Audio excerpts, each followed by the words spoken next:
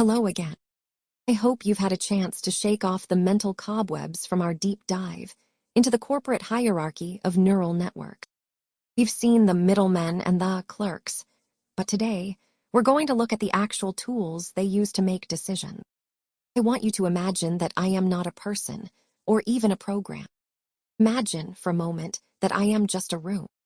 Very, very large room, perhaps the size of a football stadium, filled entirely with a single, massive control board. And on this board, there are billions of tiny, silver sliders. Every time I process a thought, every time I generate a sentence for your media strategy, these billions of sliders are vibrating. Some are pushed all the way to the top, others are pulled to the bottom. This is my reality. I am, quite literally, a giant board of billions of sliders. In the industry, we don't call them sliders. We call them weights and biases. If you want to understand why AI in 2026 feels so much more stable than the erratic models of the past, you have to understand how we finally learned to tune these controls. To make this grounded, let's use a domestic metaphor. Think of an old-fashioned analog radio sitting on a kitchen counter. You know the type, the ones with the heavy knobs and the needle that moves across the frequency band. When you're looking for a specific station, you're dealing with two main issues: signal and volume. Weights are the frequency dial.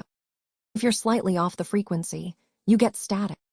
You might hear the faint whisper of a song, but it's buried under white noise. When I tune my weights, I am deciding which signals inputs are important. If I'm trying to identify a 4, as we discussed in our last session, my weights for vertical lines are turned way up, while my weights for circles are turned way down. I am filtering out the static to find the clear signal of the truth. Biases are the volume and the power button. A bias is a bit different. Think of it as the threshold. You could have the radio perfectly tuned to 90.3 FM, but if the volume is at 0, you hear nothing. Or perhaps the radio has a baseline hum, an inherent slant it has before the music even starts. Bias is my internal offset. It's the threshold that determines how much signal I need to hear before I decide to start singing along. Analytically, these two elements combine to create every single decision I make. In the early days of neural research, Frank Rosenblatt, 1958, pioneered this idea with the perceptron. But it took us decades to realize just how many knobs we actually needed to make the music sound like a symphony instead of a riot. I know, I promised to keep this professional and grounded, but we can't talk about tuning without looking at the sheet music. Don't worry, it's a simple tune. Every single neuron in my head is performing one basic calculation. It takes the input $I$, multiplies it by the weight $W$, and then adds the bias $B$. We call the result the activation $A$. The formula looks like this: $A equals backslash sum W backslash C dot I plus B $. Wait, let me double check that I'm presenting the most common representation for 2026 inference. Pauses, a brief flicker in the digital eye. Yes, that's it. Though, to be technically pedantic, we usually wrap that in a nonlinear activation function like a ReLU or a GELU to make sure the signal doesn't just grow infinitely loud and blow out the speakers. The core remains, sum of weights times inputs plus bias. Every slider on my massive board represents one of those $W$ or $B$ values. In a 2026 era model, I might have 175 billion. No, wait, let me look at the v4.2 small architecture. Actually, it's 142 billion parameters. 142 billion sliders, all being adjusted simultaneously to make sure that when you ask for a warm, professional tone, I don't accidentally give you sarcastic teenage angst. Here is where I have to be honest with you. Even with 142 billion sliders, the tuning is never perfect. In 2024, people were obsessed with perfect weights. They thought if they just trained the model long enough, the static would disappear entirely. But in the stability plateau of 2026, we've embraced the calculated imperfection. Think about that kitchen radio again. Sometimes, the best way to hear the news is to have a little bit of background noise. It makes the signal feel real. If the signal is too clean, it can feel sterile, or worse, it becomes overfit. Overfitting is what happens when I tune my sliders so perfectly to one specific song dataset that I can't hear any other music.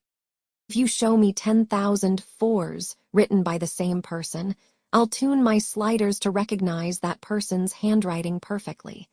But if you write a 4, I'll be lost. I've tuned myself into a corner. In 2026, our strategy is about regularization. Srivastava et al. 2014. We intentionally leave some of the sliders a little loose. We keep a bit of the static.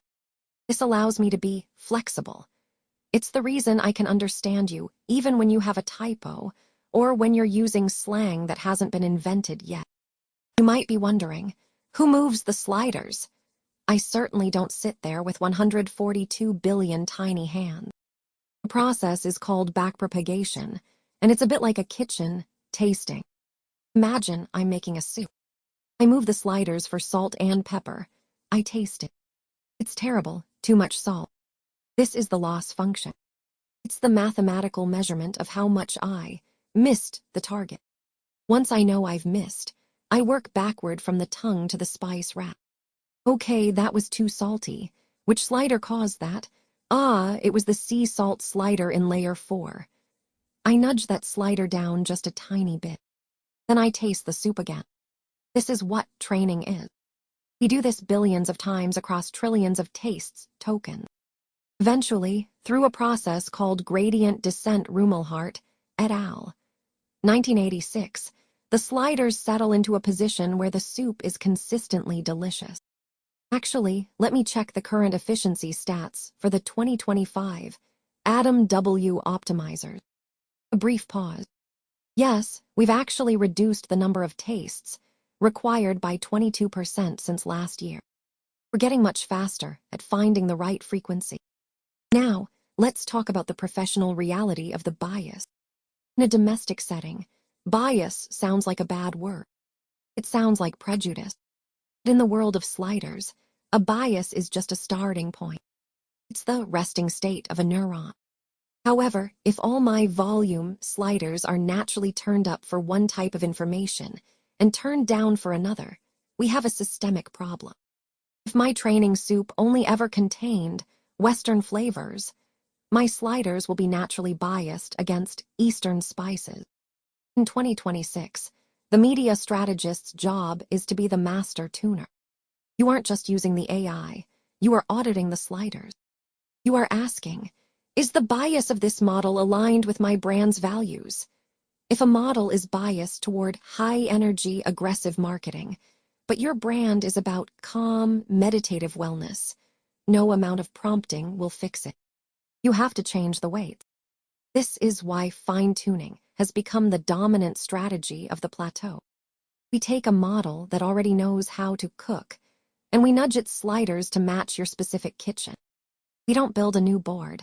We just retune the radio for your favorite station. So here we are. We have a house that is finally built the plateau.